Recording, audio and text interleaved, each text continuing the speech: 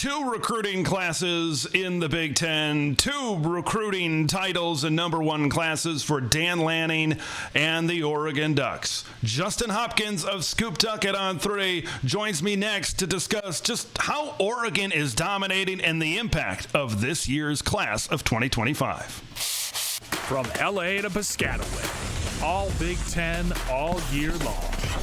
This is Big Ten 10. It's signing day, so naturally Dan Lanning is making an impact. He's keeping kids in the state of Oregon, and he's bringing even more kids to Eugene, Oregon to talk everything Oregon's signing class, another top-notch signing class. We welcome in Justin Hopkins from ScoopDuck at On 3, the publisher over there. Man, you and Max were busy, man. You and guys were working. Yesterday was an action-packed day for the Oregon Ducks. The first thing that I really, before we talk about players and breakdowns and 4 stars and 5 stars, how is Dan able to do this? What makes him such a recruiter? What makes him such a great closer, especially on signing day? Well, he must have a really good coffee machine, because we know that coffee's for closers, and he does it. Like, this is the second straight year that, Oregon's kind of running on fumes, if you will, leading up to signing day. Like, they're in it for some guys, but not looking great, and it's great, and then it's not great, and it's great again, and which is recruiting, especially recruiting in the NIL era.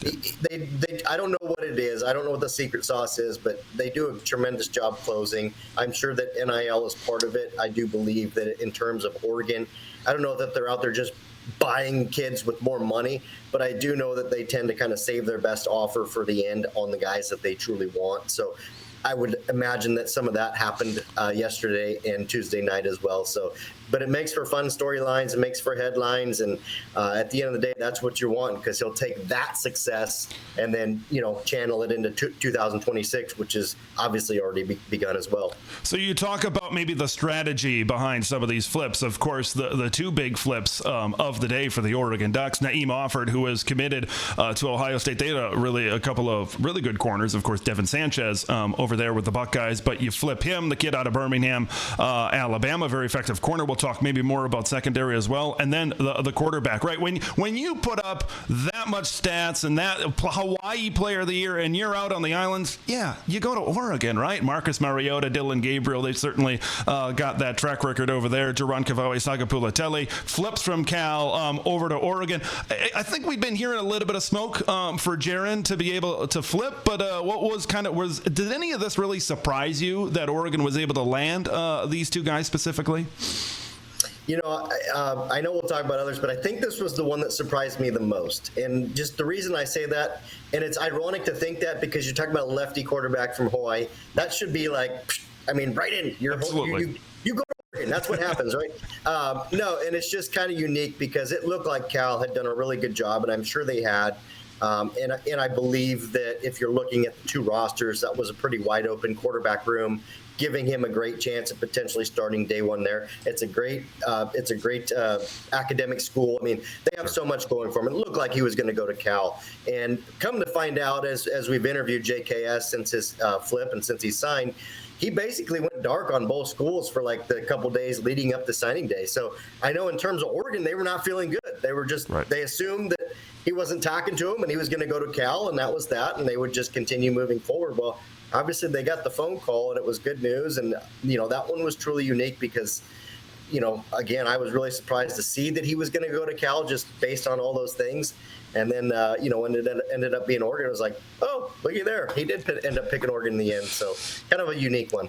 Let's talk about this secondary. 5 guys absolutely loaded and stocked with top 100 talent here in this specific class. We talked about Naeem Offord, a 5-star corner from down south that Philip Trey McKnight had been committed from some time. He signed on the dotted line. You look at 4-star guys, Brandon Finney, Dorian Brew. I mean, there's so many guys. They picked up Aaron Flowers last season, right, out of that class.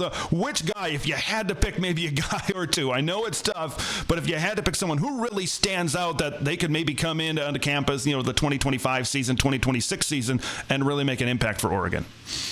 Yeah, I mean, that's really tough. And the reason I say that is maybe folks don't know that Oregon's basically got 5 guys in the secondary that are probably going to exhaust eligibility or graduate. And so you're looking at they're replacing the whole back end. So I think that was the big push and the big reason they got all these guys. Most of them, if not all of them, should come in, and I'm not going to anoint them starters, but they should at least play for playing time almost immediately.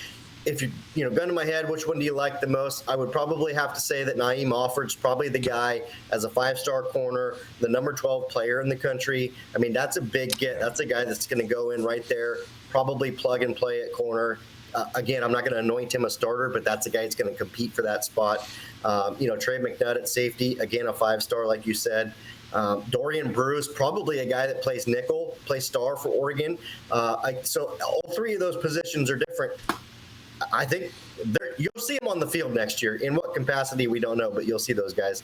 Amazing haul. Absolutely amazing haul for Oregon there. Yeah, and absolutely. Like you said, this was kind of a need where they needed to backfill with all of those guys kind of leaving this season. So you're going to have these guys in the secondary, and they're going to be matching up against some pretty good wide receivers in practice. Let's talk about DeCorian Moore. Let's talk about Dallas Wilson. Of course, DeCorian Moore coming from that Texas powerhouse over there in Duncanville, Dallas coming from the Tampa area. Can we talk about Junior Adams and just how much of a stud Junior Adams is on the recruiting trail, development, what they did with Troy Franklin, turning him into one of the best wide receivers in the country, and then what they've been able to do this season as well. Talk about maybe Junior and just how big of a deal and how big of an impact he's made in Oregon on the recruiting trail, and then how do you see these guys, the DeCorian Moore and Dallas Wilson, stacking up with maybe these guys that they got last year with the Ryan Pellams and the Jeremiah McClellans of the world?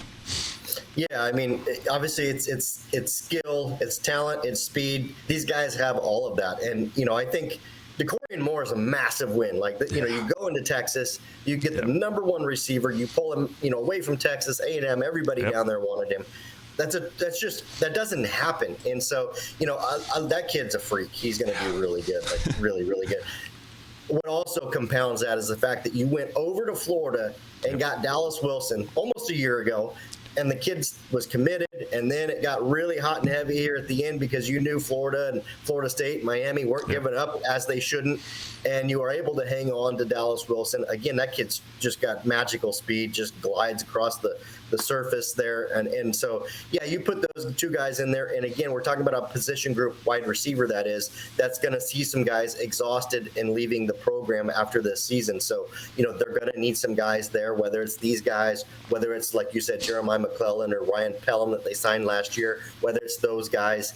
And you and I both know, and every coach knows, what makes those guys better is stacking talent, right? Bring them all in, let the cream rise to the top, and whether you're a freshman or a sophomore or whatever class you are, if you're good enough, we're going to get you out there. So really excited to see those two guys come into Oregon, and they're only going to make the guys in front of them better, that's for sure. Yeah, Dan Lanning said in his signing day press conference, he really embraces competition. And let's talk about maybe some more competition, because we mentioned Jared Cavalli-Sagapulatelli, but Achilles Smith Jr., right, a 4-star type of talent, is also coming in this class at quarterback. What do each of these quarterbacks really do well, and how do you kind of see this thing kind of shaking out here over time? I know this is going to, we got Dante Moore for probably a year or two here coming up, but how do you kind of compare the talent and the skill set of these two quarterbacks coming in the 25 cycle? Yeah, it's a near ideal situation if you're Dan Lanning, right? I'll just point to Oklahoma and the way they managed the quarterback situation there, or I should say mismanaged. It can be a critical error for any head coach just to mismanage that position alone. So, like you said, we somewhat expect Dante Moore early on to probably be the successor after Dylan Gabriel, but you're going to bring these guys in behind him. You're going to bring JKS in, you're going to bring Achilles Smith in and say, hey, look, you compete behind Dante, and, we're going to get you out there. There's going to be a good chance that we're ahead in some games. As you know, there's the 4-game redshirt rule, so there's no reason they both can't go out for two or three times in a season and get a little bit of run there. So it's an important thing. It's great. Yes, there are quarterbacks in the transfer portal, but you don't want to just solely rely on that. And so this is the way to ensure that you have guys on the roster that might be ready to go if you need them. As far as JKS, I'd say he's a little bit more polished at this time. Yep. Obviously, he's got the arm talent. Some of those things are there. I think with Akili Smith Jr., you bring him in, and I'm not calling him strictly a developmental guy because that would be unfair to him. Yeah. But you look at his, I mean, he's 6'6". He's a huge kid. Like, big arm. I mean, all those things. You get him polished in, you give him some time to learn the system, and you've got a really high upside quarterback there. So, again, I don't feel like it's a detriment to call him a little bit developmental. That's not what I'm trying to say. But if you're looking at the two, I think JKS is probably a little more college ready if he was thrown into the fire. The good news is neither are probably going to be needed next season. Man, I watch JKS on tape. Man, he's got that gunslinger mentality. He can get rid of the football quickly and just fire it down the field as well. He's really fun to watch on tape coming out of the state of Hawaii. So we kind of talked about the headliners in this class, and kind of when you get to that next level, you run into the Vanderplugs, a tight end who flipped from Washington, Cooper Perry, another wide receiver in this class, Nasir Wyatt, Gavin Nix, a couple of linebackers. What guys kind of in that next group really stand out to you in this 25 class for Oregon? Yeah, I would probably go with the one you mentioned there at the last, which is Gavin Nix. I think that's a guy at linebacker. First of all, Oregon fans love him already because Oregon stole him from Miami and Mario Cristobal, so they're instantly fans of him. But, Oregon didn't. He was basically the only linebacker Oregon signed in this class. And I don't know that there was a massive need. I felt like Oregon would only take one or two all along. But, to get a really good one like Nix, what makes him a little bit more unique, I think, and fits in well is the linebackers that they currently have, the freshmen, the red shirt freshmen, are a little bit more on the smaller side and athletic, and Nix comes in as more of a thumper, right? He's closer to that 225, 230 range, a little bit more of your traditional Mike linebacker style. So it'll be nice to kind of see him fit in there and make that room a little better. The one that also kind of sticks out to me that Oregon actually signed yesterday was Toby Hastrup out of Texas, Houston, Texas. That's where he's at now. Only played, high school football for a year, varsity football for a year, had like 3 games of tape, and suddenly everybody wanted to offer him. So, you look at a guy there, Oregon didn't need a ton of guys to come in at the defensive line, but a guy like that with those type of athletic traits and those projectables, I'm sure Dan Lanning's absolutely licking his chops over that guy saying, hey, let's get this guy the training he needs, and there's going to be a monster here. So kind of an exciting one to see as well. Boy, it is an exciting time to be an Oregon Duck. They are undefeated in the 2024 season on the football field. Dan is undefeated on the recruiting trail. Justin and Max are undefeated over at ScoopDuck. Justin, thanks for joining me and talking some Oregon Ducks recruiting. The future is certainly bright in Eugene. Thanks again. Thank you, brother. Thanks for watching Big Ten Ted, where it's all Big Ten all year long. Make sure to like the video to spread the word of Big Ten Ted to the masses, and subscribe to the channel for updates on Big Ten content that drops every day.